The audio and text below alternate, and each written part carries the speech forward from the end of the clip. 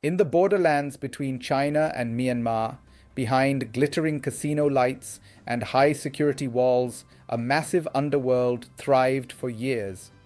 Thousands of Chinese citizens were lured abroad with promises of high-paying jobs, only to find themselves trapped in scam compounds, beaten, starved, and forced to defraud people online. What began as a regional crime problem has now become a full-scale transnational crackdown led by Beijing. Over the past 2 years, China has launched one of its most aggressive law enforcement operations in history, targeting cybercrime syndicates that have stolen billions of dollars and destroyed countless lives. But behind every arrest and extradition lies a deeper story, one of power, greed, and Beijing's growing determination to restore control over its citizens and its image abroad.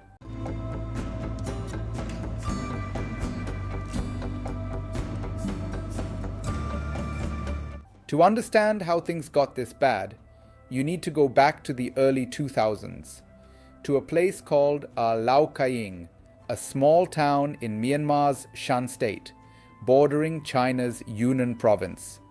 At the time, Laukkaing was little more than a remote outpost, but under the control of several powerful families, the Weiss, Mings, Lius, and Bais, it was transformed into a booming hub of casinos, red light districts, and gambling dens.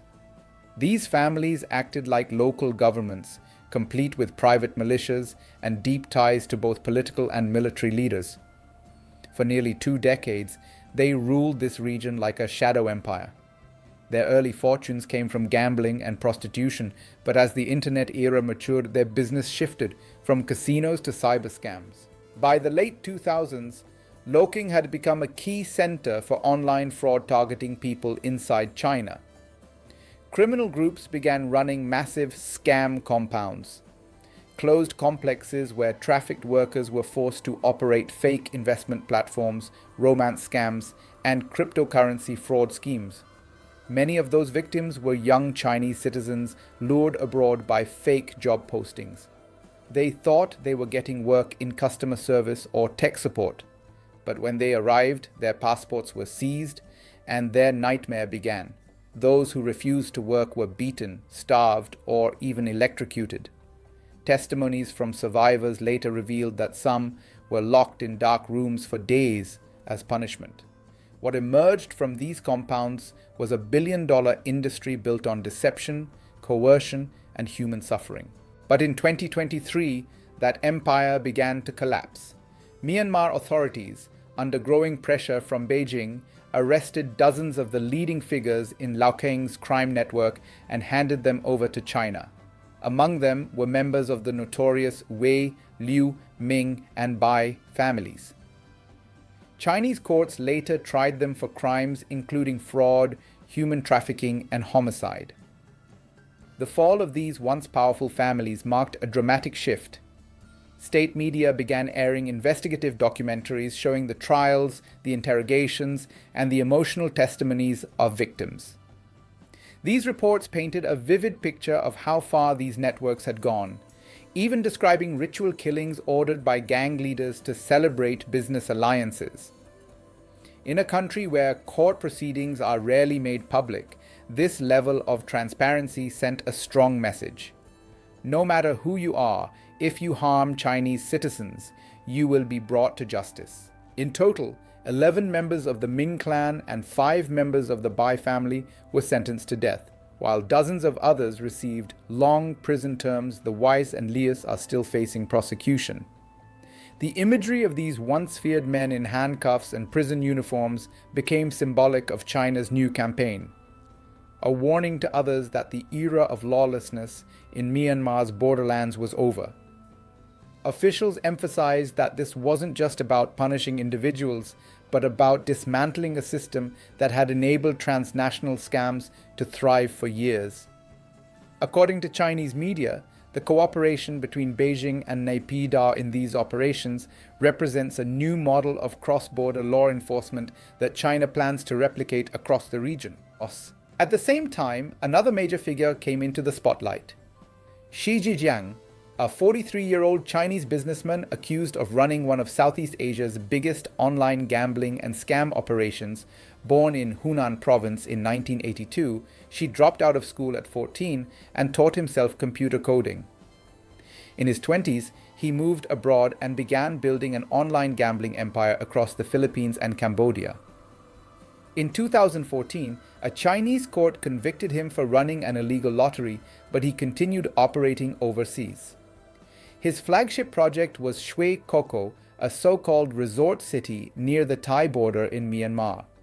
Marketed as a luxury destination for Chinese tourists, it was allegedly home to large-scale online fraud, money laundering, and trafficking operations. For years, Shwe Kokko operated under the radar, but in 2022, She Zhijiang's luck ran out. Acting on an Interpol red notice requested by China, Thai police arrested him in Bangkok. He fought his extradition for nearly 2 years, claiming innocence and arguing that his company had no involvement in scams. But in late 2024, Thailand's courts approved his extradition to China. His return coincided with the first ever state visit of Thailand's king to Beijing, a move widely seen as symbolic of deepening cooperation between the two nations. Both the UK and the US have sanctioned Xi and his company Yatai International Holdings, citing links to human rights abuses in scam operations across Southeast Asia. According to UN estimates, hundreds of thousands of people remain trapped in similar scam centers across the region, many of them Chinese nationals. Since 2023, Chinese and Myanmar authorities have jointly arrested more than 57,000 Chinese citizens involved in cyber scams. Thousands of victims have been rescued, and hundreds of compounds dismantled. China has also helped repatriate large numbers of its citizens from scam centers in Laos, Cambodia, and northern Myanmar. Chinese officials say that reported cyber scams inside China have declined significantly over the past year, an indication that these efforts are beginning to show results. Researchers such as Selena Ho from the National University of Singapore suggest that by publicizing these operations, Beijing aims to reassure families of missing victims and demonstrate that the government is taking decisive action.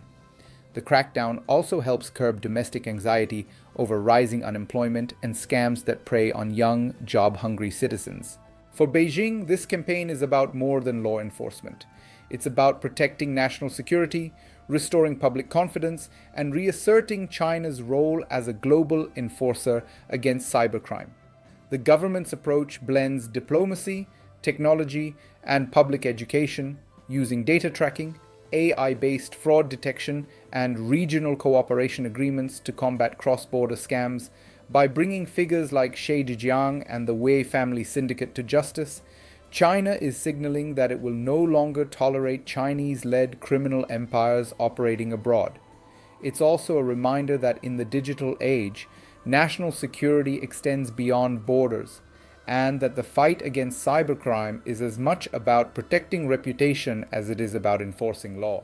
Today, the once glamorous scam cities of Laukkaing and Shwe Kokko are under tighter surveillance, and many of their compounds have been dismantled, yet the scars remain, for the victims who survived and for the families still searching for loved ones.